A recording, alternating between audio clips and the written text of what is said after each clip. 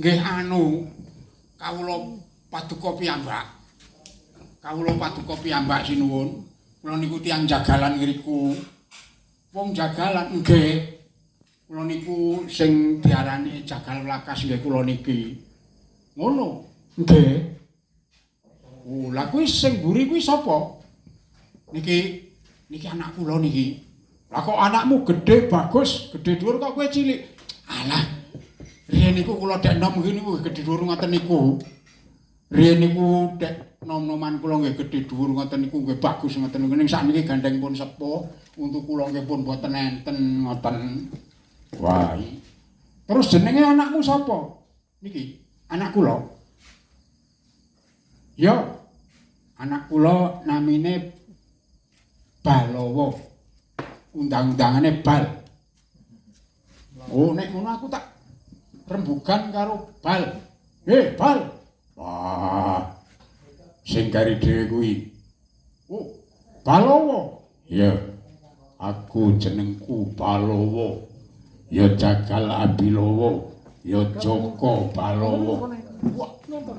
Suarane kok gedhe men. Gosek.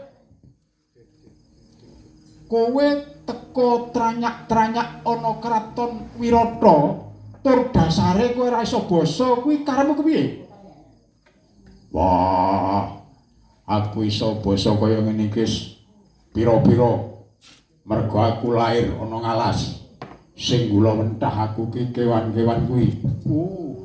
Mula diagung pangaksamamu Ratu Wirata.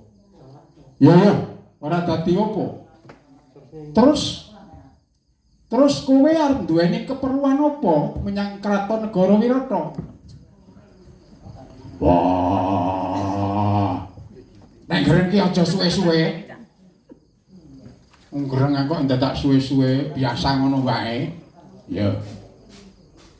Matswapati ratuku. Aku iki kawula cilik. Terus manggonmu ana ngendi? Manggon kono pejagalan. Ana pejagalan kono. Oh. Ana pejagalan dadi kowe iki ya klebu ana tlatah Wirata. Iya. Aku ana tlatah Wirata. Terus pegaweanmu?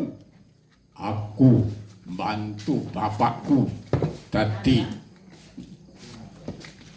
meragati Mendra Maesa karo Lembu. Dadi tukang jagal. Iya. Terus wigatimu apa? Balawa sowan marang kraton Wirata. Wah. Saiki kuwi negara Wirata bebasane kenek mendung lelimengan pedhut ampak-ampak. Lah kowe kok weruh? Sanadyan aku iki kawula cilik, aku niteni, aku nyipati apa sak mubah musike negara Wirata. Saiki Ratu Gustiku Prabu Maswapati ngertiya yen to senopatimu Raja Mala karo patihmu Praupa Kenca lan Kencaka Rupa arep njungkeng kawibawaning negara Wirata. Nganggo mugan adu jago manungsa. Lah bener kowe. Bener. Kula saka kuwi aku duwe atur. Aku duwe atur karo Ratu Wirata.